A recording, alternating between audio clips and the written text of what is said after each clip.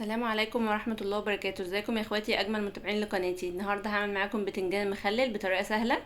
اول حاجة معايا البتنجان وغسلاه، شلت منه العنقود كده اللي من فوق، العنقود الاخضر، عشان هسلقه زي ما هو. الافضل انك لما تيجي تسلقي البتنجان تسلقيه زي ما هو كده. انا هنا بقى غليت مية وحطيت في المية معلقة ملح. لو عايزه تحطي ملح ليمون عادي، هو ده اصلا الماده الحافظه بتاعته. وبعد كده بقى حطيت البتنجان في الميه المغليه. طبعا انا هغلي البتنجان وهو مقفول زي ما هو كده افضل، بدل ما نفتحه عشان ما يسودش. وحطيت عليه بنجر عشان يخلي الميه حمرا كده وجميله. ومعايا بقى مكونات البتنجان، معايا توم، معايا كام فص توم كده، ومعايا فلفل احمر واصفر وفلفل اخضر حامي وبارد، ومعايا كزبره وليمون. وخلطت كل المكونات كويس في الكبه. وطبعا اي زوايد بنزلها كده بالمعلقه عشان كله يختلط مع بعضه. وبعد كده بقى نقلت كل ده في بوله كبيره.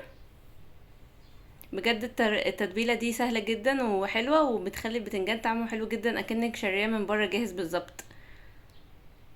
انا حطيت كل الخلطه اللي انا عملتها في بوله، ومعايا بقى ملح يعني حبه حلوين كده، وشطه برضو حبه حلوين، وكمون وبابريكا وعصير الليمون. دي بقى الخلطة بتاعت البتنجان زي الجاهز بالظبط. بجد تحفة تحفة جدا، اتمنى تجربوه وهيعجبكم بإذن الله. حطيت بقى كل كمية الليمون اللي معايا، وحطيت كمان كام معلقة خل. طبعا البهارات والحاجات دي حسب الكمية اللي معاكي، يعني شوفي انت جايبه قد ايه وزودي الكميه. وحطيت كمان معلقه هرسه شطه عشان يبقى مشطشط اكتر وجميل. ودي الخلطه بتاعت البتنجان حلوه قوي. وهنا بقى البتنجان بعد يعني سويته نص سوا، يعني حاجات بسيطه عشان ما يتهريش. سيبته يبرد وبعد كده فتحته كده بالسكينه. شايفين قلبه ابيض وجميل ازاي؟ غير بقى لما تسويه وقلبه مفتوح هتلاقيه من جوه اسود كده، يبقى ابيض وجميل. انا بقى فتحت كل الكميه اللي معايا،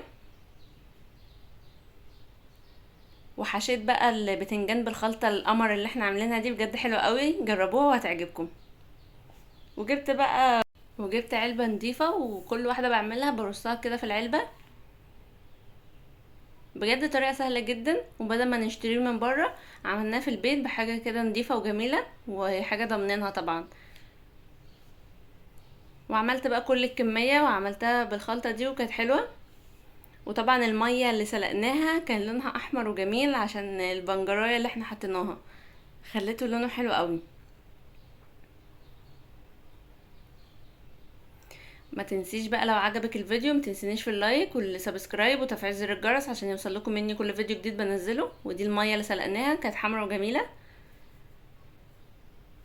وهسيبه بقى يبرد خالص خالص، وبعد كده ادخله التلاجة. وبس كده، ده كان فيديو النهاردة، اتمنى يعجبكم ومع السلامة.